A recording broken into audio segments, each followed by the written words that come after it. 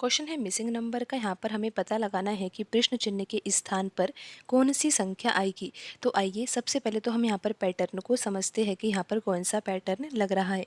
आप देखिए यहाँ पर जो ये पहली पंक्ति है, पहली पंक्ति में 3 संख्याएं हैं, 34 है, 6 है, 8 है। तो यहाँ पर हमें सबसे पहले ये समझना है कि इन तीनों संख्याओं में कौन सा पैटर्न लग रहा है, इन तीनों संख्याओं में क्या संबंध है। तो यहाँ पर हमारा सोचने का तरीका तो ये होना चाहिए कि यहाँ पर जो ये 34 है, 6 है, 8 है, तो इन तीनों संख्याओं में से बड़ी संख्या 34 है और छोटी संख्या कौन सी है, 6 है और 8 है। तो हमारा सोचने का तरीका ये होना चाहिए कि यहाँ पर 6 और 8 के द्वारा, यानी कि दो छोटी संख्या के द्वारा हम ये बड़ी संख्या को कैसे प्राप्त कर सकते हैं। तो आप देखिए यहाँ पर 6 है और 8 है, तो इन दोनों संख्याओं के द्वारा हम यहाँ पर 34 को कैसे प्राप्त कर सकते हैं। अगर हम यहाँ पर 6 गुणा 8 करेंगे ना, तो कितना आ जाएगा, 48 आ जाएगा। लेकिन 34 तो नहीं आया है।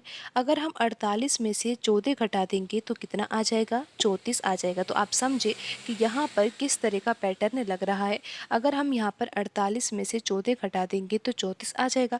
लेकिन अब यहाँ पर इतना तो ध्यान दीजिए कि ये 14 कहाँ से आया, कि हमने 14 ही क्यों घटाया, क्योंकि यहाँ पर हमें 34 चाहिए था, इसलिए हमने यहाँ पर 14 घटा दिया। लेकिन ये 14 कहाँ से आएगा, यहाँ पर जिन दो संख्या का हम गुणा कर रहे हैं ना, अगर इन दोनों संख्याओं को अगर हम जोड़ देंगे ना तो 14 ही आएगा। तो हमें क्या करना है, इन दोनों संख्या का गुणा करना है और इसमें से क्या घटाना है, दोनों संख्याओं का योगफल। तो यहाँ पर 34 आ जाएगा। आप एक बार फिर से पैटर्न समझ लीजिए। यहाँ पर हमने क्या किया, 6 है और 8 है, हमने इन दोनों संख्याओं का गुणा किया तो कितना आया था, 48 आया था। लेकिन 48 में से हमें कुछ घटाना होगा, जब तो यहाँ पर 34 आएगा। और घटाना क्या होगा, इन दोनों संख्याओं का योगफल। तो आप देख सकते हो 6 गुणा 8 तो 48 होगा और 48 में से हम 14 घटाएंगे तो कितना आ जाएगा, 34 आ जाएगा। अब हम यहाँ पर पैटर्न की जांच करते हैं और जांच के लिए यहाँ पर जो दूसरी पंक्ति है उसमें भी यही पैटर्न लगाते हैं। तो करना क्या है, यहाँ पर 9 है और यहाँ पर 6 लिखा हुआ है, तो इन दो संख्या के द्वारा ही हमें यहाँ पर क्या लेकर आना है, 39 लेकर आना है।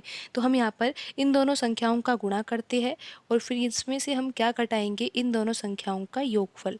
तो यहाँ पर हम इस तरह से लिख लेते हैं, 9 गुणा 6 कितना होगा, 54 होगा। और 54 में से हम क्या घटाएंगे, 9 + 6 यानी कि 15, तो कितना आ जाएगा, 39 आ जाएगा। और आप ये देख ही सकते हो कि यहाँ पर तीसरी संख्या 39 ही है। तो अब हम यही पैटर्न यहाँ पर तीसरी पंक्ति में जो संख्या लिखी हुई है उन संख्याओं में लगा देते हैं और पता लगाते हैं कि प्रश्न चिन्ह के स्थान पर कौन सी संख्या आएगी। पैटर्न आपको पता है कि हमें 7 और 5 का गुणा करना है और घटाना क्या है, इन दोनों संख्याओं का ही योगफल, यानी कि 7 + 5। तो यहाँ पर 7 गुणा 5 तो कितना होगा, 35 होगा। और 35 में से क्या घटाएंगे, 7 + 5 कितना होगा, 12। 35 में से 12 घटाने पर कितना आएगा, 23 आएगा। तो यहाँ पर प्रश्न चिन्ह के स्थान पर कौन सी संख्या आएगी, 23 आएगी और ऑप्शन ए यहाँ पर सही होगा।